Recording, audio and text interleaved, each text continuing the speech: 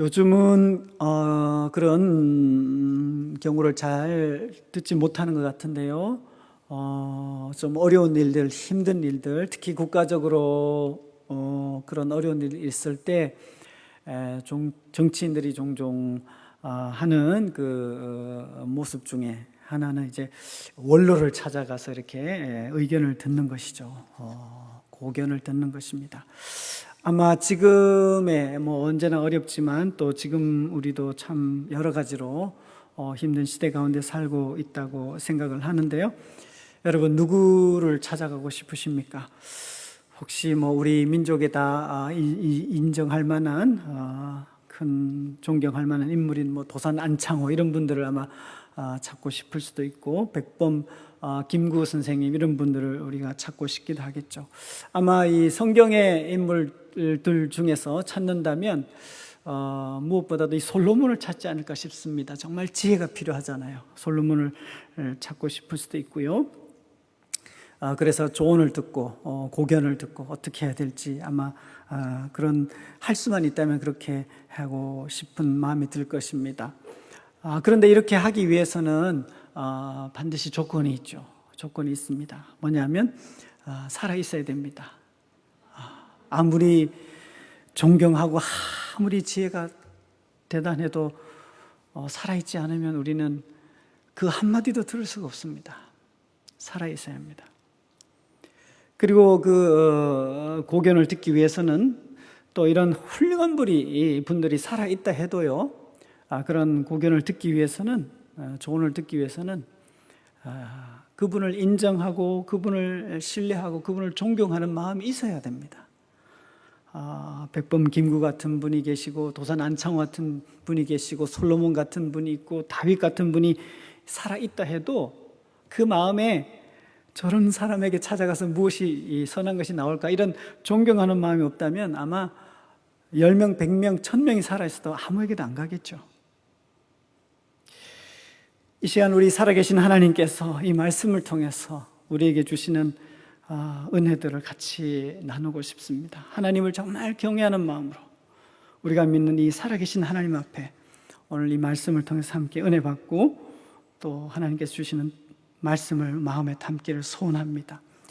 이 신명기 5장의 말씀은요, 잘 아시다시피 두 가지의 중요한 배경들을 갖고 있습니다. 신명기의 말씀 자체가 그렇죠. 두 가지의 배경은 크게 어렵지 않습니다. 하나는 공간적인 배경이고 하나는 시간적인 배경입니다. 공간적인 배경, 또 지리적인 배경이라고도 할 수 있죠. 신명기 이 말씀을 선포하고 있는 공간적인 배경은요, 신명기 앞부분에도 나와 있지만은 여러분 잘 아시다시피 모압 평지라고 하는 곳입니다.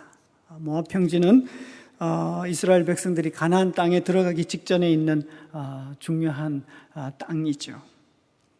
모압 평지에서 이스라엘 백성들은 이 신명기의 말씀을 듣고 있습니다. 그리고 시간적으로도 우리가 이 신명기의 배경을 꼭 신명기 말씀을 묵상할 때에 고려해야 되는데, 시간적인 배경은요, 이스라엘 백성들이 이제 모압 평지에 모였기 때문에 시간적으로 고려해야 될 중요한 배경은 이 이스라엘 백성들이 출애굽한 이후로 40년의 시간이 흘렀다는 것입니다. 40년이라고 하는 절대 짧지 않은 긴 시간이 지났고 모압 평지라고 하는 새로운 공간 속에서, 지리적인 배경 속에서 이스라엘 백성들은 이 신명기의 말씀을 듣고 있습니다. 신명기의 말씀을 전하는 장소가 모세에게도 정말 절실한 시간이요, 절실한 장소일 수밖에 없습니다. 왜냐하면 이 이스라엘 백성들을 앞에서 이끌고 온 모세 자체도 그 출애굽의 목적이 바로 약속의 땅이 요단강을 건너서 바라다 보이는 그 가나안 땅에 들어가는 것이기 때문입니다. 그래서 신명기 3장 말씀에 보면 모세의 간절한 마음을 우리가 들여다볼 수 있는데요, 신명기 3장 23절에서 27절 조금 길지만 한번 말씀을 천천히 한번 보겠습니다. 그 23절 보시면 그때에 내가 여호와께 간구하기를, 이 모세의 간구입니다. 모세가 간구하기를 주 여호와여, 주께서 크신 주의 크심과 주의 권능을 주의 종에게 나타내기를 시작하셨사오니 천지간에 어떤 신이 능히 주께서 행하신 일, 곧 주의 큰 능력으로 행하신 일 같이 행할 수 있으리까? 이 하나님의 큰 일을 직접 보기도 했고 모세의 마음속에도 그 큰 능력의 하나님에 대한 분명한 확신 고백이 있습니다. 25절이요. 구하옵나니 나를 건너가게 하사 요단 저쪽에 있는 아름다운 땅, 아름다운 산과 레바논을 보게 하옵소서하되 여호와께서 너희 때문에 내게 진노하사 내 말을 듣지 아니하고 내게 이르시기를 그만해도 족하니 이 일로 다시 내게 말하지 말라. 그 누구보다도 이 모세가 출애굽을 이끌 때에 약속해 주셨던 이 가나안 땅에 들어가고 싶지 않았겠습니까? 그런데 아시다시피 모세는 들어가지 못합니다. 이 신명기의 말씀을 선포하고 있는 이 모압 평지에서 그는 그렇게도 가고 싶었던 가나안 땅에 들어가지 못하는 심정으로 이 말씀을 선포하고 있는 것이지요. 모세는 그곳에서 간구했습니다. 하나님, 내가 이곳에 들어가게 해 주십시오. 오늘 본문에서 표현하고 있는 것처럼 23절에 그때 내가 여호와께 간구하기를, 25절에 구하옵나니 나를 건너가게 하옵소서. 그런데 하나님께서는 우리가 26절에서 읽었던 것처럼 그만해도 족하니 이 일로 다시 내게 말하지 말라. 하나님은 그만해도 족하니 이 일로 다시 내게 말하지 말라고 말씀하십니다. 이 같은 모세의 기도와 하나님의 응답은요, 고린도 후서 12장에 나와 있는 사도 바울의 기도와 그가 받았던 응답을 생각나게 합니다. 고린도 후서 12장에서 바울은 자신의 육체의 가시를 두고 떠나도록 해달라고 3번이나 간구했습니다. 그리고 바울은 하나님께 이런 음성을 듣죠. 이것이 내게 떠나게 하기 위하여서 내가 3번 주께 간구하였더니 나에게 이르시기를 내 은혜가 내게 족하다. 신명기의 말씀을 선포하고 있는 모압이라는 지리적 공간, 이 상황 속에서 모세의 마음을 얼마나 절실하게 했는지, 그의 마음이 얼마나 절실한지를 충분히 짐작해 볼 수 있습니다. 이 공간적인 배경은 모세의 간절한 심정을 보여주기에 충분하죠. 신명기의 말씀은 모세의 이 간절한 심정 속에서 전해지는 말씀이라는 것을 알 수 있습니다. 또 이 40년이라는 시간이 흐른 이때에 선포하고 있는 말씀이죠. 시간적 배경으로서요. 이 40년이라는 시간은요, 정말 안타까운 시간이었습니다. 시간적인 이 긴 시간 동안 그를 정말 뼈아프게 했던 것들, 40년의 시간은 없을 수도 있는 시간이었지만은 다 아시다시피 이 기간 동안에 출애굽하는 모든 이스라엘 백성들, 장정들은 이 광야에서 다 죽어야 했기 때문에 더욱 이 40년이라는 시간적인 이 배경은요, 모세의 마음을 절실하게 안타깝게 할 수밖에 없었겠죠. 우리가 읽은 이 신명기 5장의 말씀도 이 같은 공간적인 배경과 시간적인 배경 속에서 모세가 선포하고 있는 말씀이죠. 그러므로 모세의 그 안타까운 심정, 그 절실한 마음이 고스란히 들어있는 말씀이라고 할 수 있습니다. 이 안타깝고도 절실한 심정으로 선포하고 있는 이 출애굽기 이 신명기 말씀 가운데서 오늘 우리가 읽은 이 마지막 절에 아주 중요한 십계명의 첫 계명을 함께 읽게 되었습니다. 다시 한번 볼까요? 신명기 5장 7절이요. 같이 한번 보겠습니다. 시작. 나 외에는 다른 신들을 내게 두지 말지니라. 아마 가장 잘 아시는 말씀 중에 하나가 아닐까 싶습니다. 신명기 10계명의 제1계명이죠. 같은 계명을 기록하고 있는 출애굽기 20장에서도 똑같이 말씀하고 있죠. 너는 나 외에 다른 신들을 내게 두지 말라. 여러분 갖고 계시는 성경책 찬송가 앞뒤 표지에 보시면, 안 보셨죠? 잘? 네. 보시면 다 기록되어 있습니다. 제1은 너는 나 외에 다른 신들을 내게 두지 말라. 10계명의 이 첫 번째 계명답게 이 계명은요, 모든 계명과 율법의 기초가 되고 출발이 되는 말씀입니다. 정말 가장 중요한 계명이죠. 10계명 다 중요하지만 그 1계명, 제1계명, 이 첫 번째 계명, 이 첫 번째 계명을 간과하고서는 그 이후에 두 번째 계명, 세 번째 계명, 그 이후의 모든 말씀들도 사실 힘을 잃어버립니다. 율법의 말씀, 성경의 말씀 전체가 예수 그리스도의 죽음과 우리를 구원하신 이 십자가의 구속의 대속의 역사까지 힘을 잃어버리죠. 하나님 외에 나 외에 다른 신을 두지 말라. 이 첫 번째 계명이야말로 우리의 신앙의 하나님의 말씀의 기초와 같은 너무도 중요한 말씀이시죠. 나 외에 다른 신을 두지 말라는 말씀의 뜻은 무엇일까요? 오늘 본문의 맥락을 따라가면서 본문이 말씀하시는 것을 찾아서 이 말씀의 뜻을 우리 마음에 담고 싶습니다.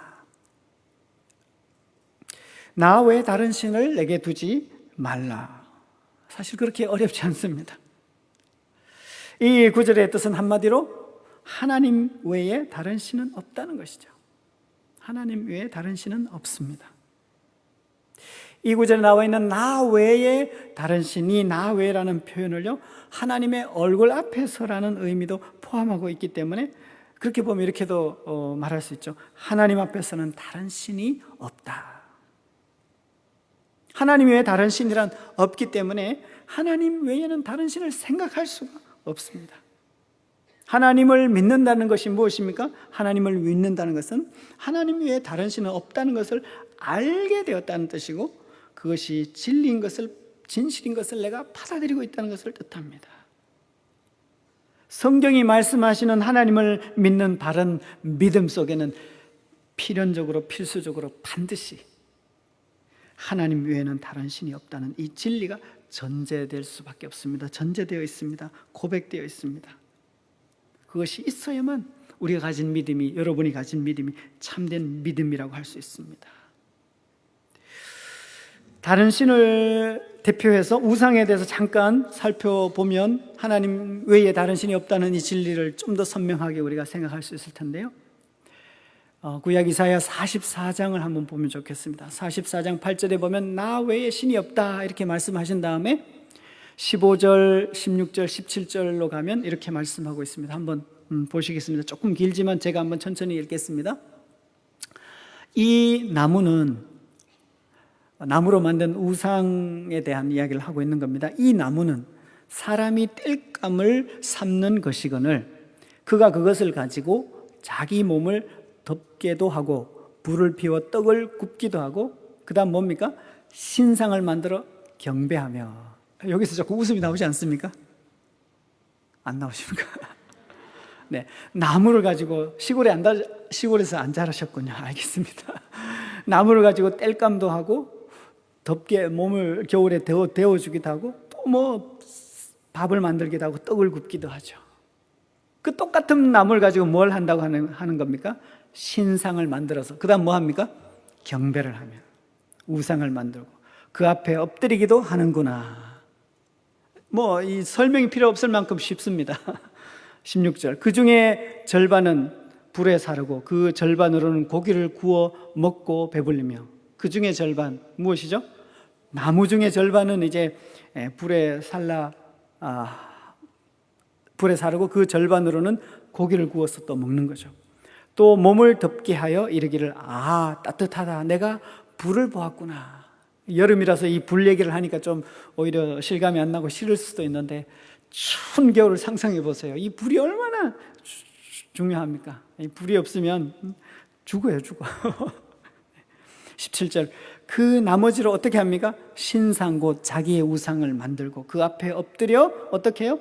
경배하며 그것에게 뭘 합니까? 기도하여 이르기를 너는 나의 신이니 나를 구원하라. 네. 나무를 가지고, 이 같은 나무를 가지고 땔감으로도 쓰고 음식을 만드는 데도 쓰면서 그 나무를 또 깎아서 다듬어서 우상을 만들어서는 그 앞에 절을 하고 기도하고 나의 신이니 나를 구원하라고 한다는 것이죠. 이게 우상 숭배의 본질이라는 것이죠. 재밌는 묘사이면서도 이해하기 쉽도록 설명하고 있고, 동시에 참 안타까운 마음, 이 하나님을 내가 만나지 않았다면 나도 이 가운데 이런 식의 삶을 살았을 뻔한 그 안타까운 마음도 드는 말씀이죠. 관련하여서 시편의 말씀도 같이 한번 보시면 더 선명해질 것 같은데요. 시편 115편 4절 이하입니다. 115편 4절, 그들의 우상들은 은과 금이요. 자, 은이나 금 혹은 이사야 44장에서는 나무죠. 여기서는 은과 금입니다. 사람이 손으로 만든 것이라. 그 다음 5절에 보면 입이 있어도 어떻게 해요? 말하지 못하며, 눈이 있어도 보지 못하며. 하나도 안 어렵습니다. 너무 당연한 거죠. 살아있지 않고 신이 아니니까요. 우상이니까요. 귀가 있어도 듣지 못하고, 코가 있어도 냄새나지 못합니다. 손이 있어도 만지지 못하며, 발이 있어도 걷지 못하며, 목구멍이 있어도, 참 재밌죠? 목구멍이 있어도 작은 소리조차 내지 못하는. 요 7절을 한번 읽었으면 좋겠습니다. 같이 읽겠습니다. 시작. 손이 있어도 만지지 못하며, 발이 있어도 걷지 못하며, 목구멍이 있어도 작은 소리조차 내지 못하느니라. 작은 소리조차 내지. 참 재미지 않습니까? 재미있으면서도 너무 그 우상의 실체, 실상을 아주 명확하게 보여주시는 말씀이라고 보여져요. 적어도 우리가 만든 것, 사람이 만든 것이 우리의 신이 될 수는 없습니다. 사람이 만들었기 때문에 논리적으로 보자면 사람보다 절대 클 수가 없어요. 사람이 만들었으니 아무리 위대해 보이고 커 보이고 대단해 보여도 사람 아래인 것이죠. 그런 점에서 오늘 본문 신명기 5장 7절의 말씀, 나 외에 다른 신들을 내게 두지 말지니라는 이 십계명 제1계명은 여호와 하나님, 우리가 만든 신이 아니라는 것을 가르쳐 주시는 말씀이기도 합니다. 여호와 하나님은 우리가 만든 신이 아니죠. 반대로 하나님이 우리를 만드셨습니다. 그렇기 때문에 하나님이 신이실 수 있습니다. 하나님만이 신이십니다. 우리의 논리와 우리의 생각과 우리의 능력을 앞서시는 존재이십니다.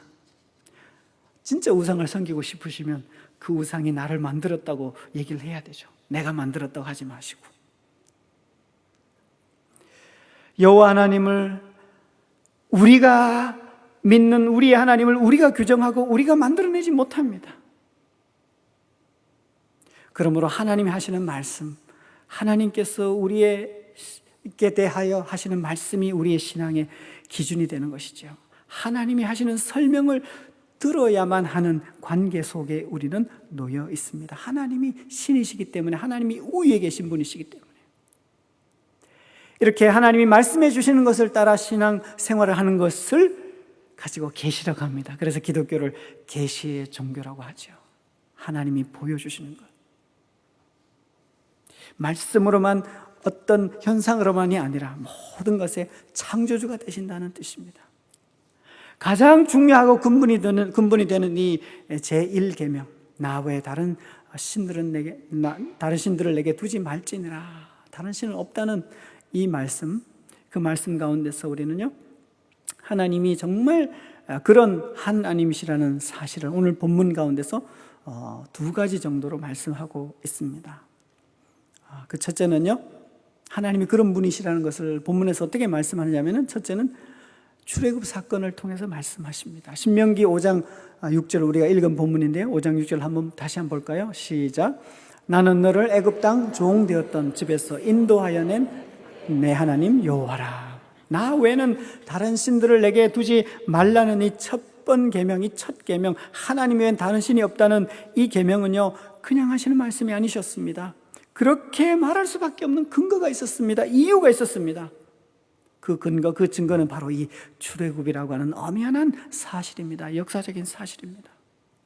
바로의 그 고집과 무지와 허망한 그 신앙들을 꺾어버리고 이스라엘 백성들을 해방시키신 이 사건입니다. 이 행동, 이 하나님의 행동, 하나님만이 하실 수 있는 행동, 하나님만이 하신 이 행동 때문에 하나님 외에는 다른 신이 없는 것입니다. 여러분, 출애굽의 사건이 역사적인 사건이라고 믿으시죠?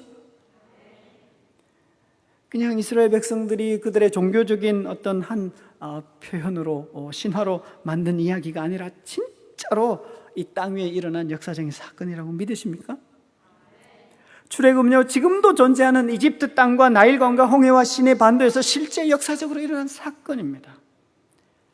애굽의 그 강대국을 꺾으시고, 또 그들이 믿는 그 신들의 모든 신들을 꺾으시고, 실제 이스라엘 백성들을 400여 년 이상의 통치 아래 있던 그들을 이끌어내신, 부인할래야 부인할 수 없는 하나님의 행동이 있으십니다. 이 행동에 근거해서 나 외에는 다른 신이 없다는 이 선명한 말씀, 이 쉬운 말씀을 해 주시는 거죠. 출애굽기 사건은 성경 전체에서 하나님이 우리를 향해서 하시는 구원의 사건을 잘 보여주는 아주 결정적인 모습입니다. 이 출애굽 사건을 근거로 해서 종종 하나님께서 하나님의 구원을 설명해 주시지요. 그 연장선에서 신약이 말씀하는 예수님의 죽음과 부활의 사건을 통해서 이 출애굽의 사건에 비추어 예수님의 죽음과 부활 그 안에서 일어나는 해방, 우리의 구원을 설명하기도 하죠. 그런 점에서 예수님이 정말 이 땅에 머무르고 오신 하나님의 아들이시고 진짜로 죽으시고 진짜로 부활하신 그것이 맞다면은요, 그 하나만 가지고도 오직 예수라는 말을 우리는 너무 이해할 수 있습니다. 다 이해는 못해도 적어도 이건 맞구나 받아들일 수 있습니다. 오직 예수. 예수 외에는 다른 이름으로는 구원을 얻을 수 없다는 이 성경의 주장이 그냥 허황한 주장이 아니고 그냥 자기 자아도취에 빠진 주장이 아니라는 것을 금방 알 수 있습니다. 누가 역사 속에서 죽음을 깨고 일어났습니까? 부활했습니까? 예수님밖에 없습니다. 나 외에 다른 신을 내게 두지 말라는 이 하나님의 말씀, 이 여호와 하나님 외에는 다른 신은 없다는 이 계명의 말씀은요, 실제로 역사 속에서 이렇게 하셨습니다. 출애굽을 일으키셨습니다. 신명기 5장 6절 우리가 읽은 말씀처럼 7절에 이 첫 계명을 말씀하시기 전에 6절에서 말씀하신 것처럼 애굽에서 종되었던 집에서 인도하여 낸 내 하나님 여호와라. 그렇기 때문에 나 외에 다른 신을 두지 말라. 하나님 외에는 없다. 다른 이름으로는 구원을 받을 수 없다. 다른 신은 없습니다. 이 주장이 맞는 주장입니다. 이 주장밖에 할 수가 없습니다. 오늘 본문이 가르치고 있는 이 놀라운 하나님에 관한 이 진리의 말씀에 또 하나의 중요한 근거가 있는데요, 2절을 보시겠습니다. 2절 보시면 우리 하나님 여호와께서 호렙산에서 우리와 언약을 세우셨나니, 이 언약을 세우셨다는 호렙산 사건을 말씀하고 있죠. 이 출애굽기 19장 1절을 보면 이스라엘 자손이 애굽 땅을 떠난 지 3개월 되던 날에 그들이 시내 광야에 이르니라 이렇게 말씀하시고, 이제 이스라엘 백성들을 시내 광야에 이르러서 모세는 이스라엘 백성들을 대표해서 시내산에 오르죠. 율법을 받기 위해서 올라갑니다. 이 호렙산 사건, 시내산 사건, 이 사건은요, 여호와 하나님 외에는 다른 신은 없다는 진리를 말할 수밖에 없는 또 하나의 중요한 결정적인 증거가 됩니다. 신명기 5장 4절 말씀 다시 한번 볼까요? 같이 한번 보시겠습니다. 여호와께서 산 위 불 가운데에서 너희와 대면하여 말씀하시매. 그리고 오늘 읽진 않았지만 5장 22절에 가서 22절도 한번 보시겠습니다. 여호와께서 이 모든 말씀을 산 위에 불 가운데 구름 가운데 흑암 가운데서 큰 음성으로 너희 총회에 이르신 후에. 그리고 이어지는 5장의 23절, 24절, 25절, 26절 저녁에 집에 가서 한번 보십시오. 거기다 보시면 불 가운데 음성으로 나타나시고 불 가운데 말씀하시는 하나님을 기록하고 있습니다. 하나님과 관련하여 불이 성경에서 가르쳐주고 있는 중요한 이미지는요, 하나님의 임재이죠. 하나님의 임재. 하나님이 살아계시다. 그 하나님, 그 창조주 하나님, 피조물의 하나일 수 없는 하나님, 그 하나님을 어떻게 우리에게 알려주고 보여주고 할까요? 성경이 사용하고 있는 중요한 이미지는 바로 이 불입니다. 불. 그래서 대표적으로 출애굽기 3장 모세를 부르시는 장면에 여러분 잘 아시다시피 떨기나무 가운데서 불꽃이 나오는데 타지 않는 장면을 모세가 자기를 부르시는 장면에서 경험하지요. 이스라엘을 백성들을 인도할 자로 부르시는 사건에서 경험했던 이 불을 모세는 다시 이스라엘 백성들을 끌고 나와서 시내산 호렙산에서 하나님의 말씀을 받는 장면에서 발견하게 다시 한번 경험하게 되는 것이죠. 시내산의 연기가 자욱하니 여호와께서 불 가운데서 강림하심이라. 이처럼 성경에서 불은 하나님께서 계시다는 것을 가리키는 중요한 표현이죠. 불은 하나님이 존재하신다는 것, 하나님이 살아계신다는 것을 드러내 보여주는 통로요, 수단이요, 상징으로 사용되고 있습니다. 불을 통해서 대표되는 하나님의 나타나심, 그 나타나심은 무엇을 보여주느냐면은 하나님은 죽은 하나님이 아니라, 죽은 존재가 아니라 살아있는 신이요 있는 존재요, 실제하시는 분이신 것을 보여주십니다. 그 실제하고 있다는 것, 살아있다는 것을 보여주는 결정적인 다름 아닌 증거, 불 가운데서 그 다음 뭡니까? 말씀하신다는 것입니다. 말씀하신다는 것. 여러분, 앞에서도 우리 살펴보았지만 아무리 커도 대단해도 목석이 말을 합니까? 한마디도 할 수 없습니다. 진짜로 살아계신 신이라면 그냥 나타나는 행동으로만, 모습만으로 끝나서는 절대 안 되죠. 생각해 보십시오. 그저 아무 말 없이 엄청난 모습으로 나타나 있기만 하다면 그것이 무엇일까요? 보기만 해도 어마어마한 종교적인 상징들이 우리나라에도 있고 세계 곳곳에 참 많이 있죠. 이집트의 피라미드, 캄보디아의 앙코르와트, 인도의 타지마할, 그리고 우리 설악산, 속리산 가보면요, 막 어마어마한 석상들이 있고 대단하죠. 막 보면 정말 종교심이 생기지 않습니까? 대단해요.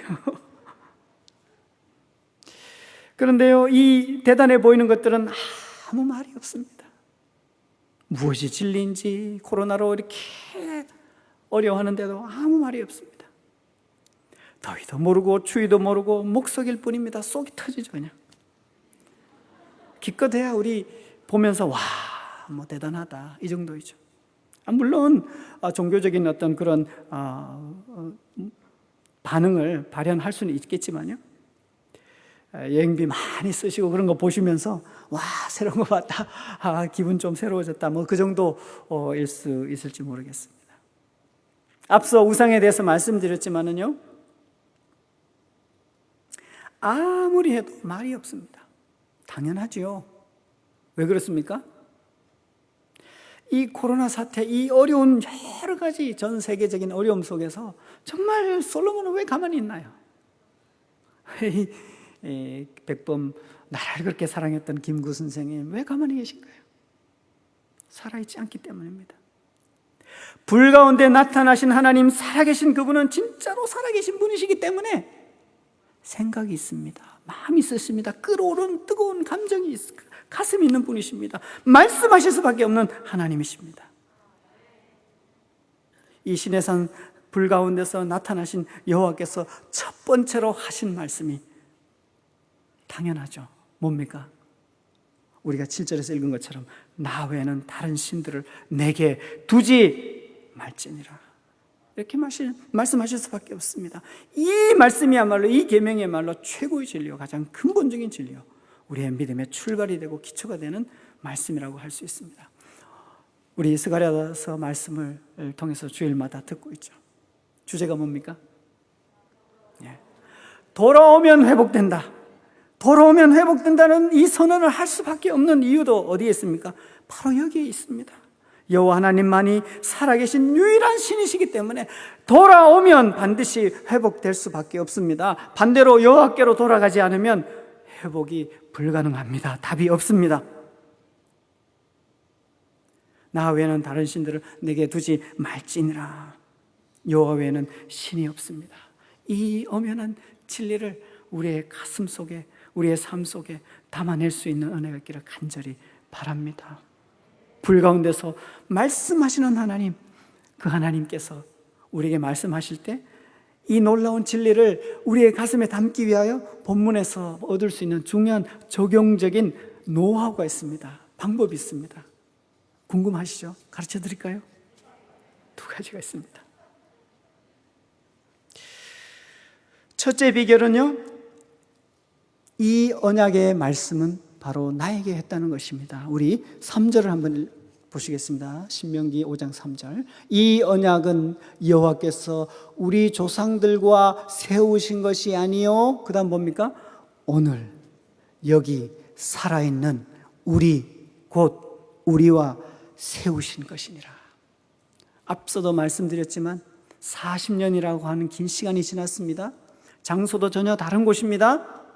그 말씀을 듣는 백성들도 다 죽고 새로운 세대들입니다. 그런데 모세는 뭐라고 합니까?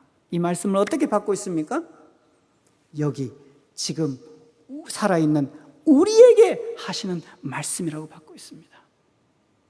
여러분, 우리 신명기 5장 7절의 말씀처럼 제1계명의 말씀처럼 이 위대하고 놀라운 놀라운 진리를 우리가 들었지만, 받았지만 나에게 하신 말씀이 아니라고 하면 참 아무 소용이 없습니다. 내게 한 말씀, 하나님의 말씀은 내게 한 말씀입니다. 또 한 가지 중요한 방법이 있습니다. 비결이 있습니다. 그것은요, 오늘 본문 말씀 가운데 5절 한번 보시면요, 그때 너희가 불을 두려워하여 산에 오르지 못하므로 내가 여호와와 너희, 어때요? 내가 여호와와 너희 어디에 서서요? 중간에 서서 여호와의 말씀을 너희에게 전하였다. 여기에 중요한 힌트가 있습니다. 5장 25절 읽지 않았지만 다시 한번 보겠습니다. 5장 25절도 같이 한번 보시겠습니다. 5장 25절 있습니까? 5장 25절 보시면, 이제 우리가 죽을 까닭이 무엇이니까 이 큰 불이 우리를 삼킬 것이요 만일 우리가 우리 하나님 여호와의 음성을 다시 들으면 죽을 것이라. 5장 25절 말씀. 이 이스라엘 백성들이 시내산에서 하나님을 만나고 말씀을 듣는 그 장면 속에서 두려워하는 것이에요. 왜요? 불 가운데 말씀하시는 하나님 때문에 자기들이 죽을까 봐. 25절, 그죠? 이제 우리가 죽을 까닭이 무엇입니까? 이 큰 불이 우리를 삼킬 것이요 만일 우리가 우리 하나님 여호와의 음성을 다시 들으면 죽을 것이라. 죽을 수 있어. 그래서 어떻게 한 것이죠? 모세가 중간에 서서 말씀해 달라는 것입니다. 이 말씀의 뜻이 무엇입니까? 하나님의 이 불 가운데서 하시는 이 말씀을 모세를 통하여 이스라엘 백성들은 듣기를 원했습니다. 죽지 않기 위해서요. 이 말씀을 듣고 살기 위해서요. 이 모세를 통해서 전해진 이 말씀을 오늘날 기록하는 것이 바로 성경입니다. 우리는 직접 죽지 않고 하나님의 이 놀라운 진리의 말씀을 나에게 하시는 말씀으로 들을 수 있습니다. 기록한 성경 말씀을 통해서요. 행동으로 보여주셨고 불 가운데서 말씀하신 다른 하나님 외에는 다른 신은 없는 이 하나님을 말씀을 통하여, 기록된 성경을 통하여 나의 하신 말씀으로 받아들이셔서 이 여름 가운데, 이 어려움 가운데서 하나님의 말씀을 통하여 일어나시고 이겨내시는, 하나님께로 돌아가는 그런 은혜가 우리 모두에게 있기를 간절히 소원합니다. 기도하시겠습니다. 살아계신 우리 아버지 하나님, 주께서 살아계셔서 그래서 우리의 신음을 들으시고 우리의 아픔을 아시고 그리고 우리의 말씀해 주시는 다른 신은 없는 여호와 하나님 한 분밖에 없는 우리 하나님을 알 수 있는 이 은혜를 우리에게 허락하여 주셔서 감사합니다. 내 앞에 다른 신을 두지 말라고 하신 이 하나님의 말씀이 얼마나 영광스럽고 놀라운 진리인지를 알게 하여 주시니 감사합니다. 하나님은 정말 살아계셔서 우리에게 말씀하시고 행동하시고 우리를 구원하시는 하나밖에 없는 유일하신 참 신이신 것을 고백하오니 주께서 하신 이 말씀 가운데서 하나님을 깊이 만나는 은혜를 허락하여 주옵소서.